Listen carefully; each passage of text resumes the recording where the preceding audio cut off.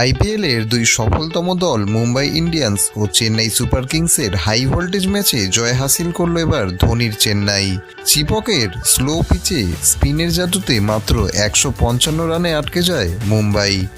Afghan spinner নূর আহমেদ একাই শিকার করেন 4 উইকেট। সঙ্গে আশ্বিন, খলিল আহমেদের দুর্দান্ত বোলিংয়ে মুম্বাইয়ের ব্যাটিং সম্পূর্ণ পরাস্ত হয়ে গেল।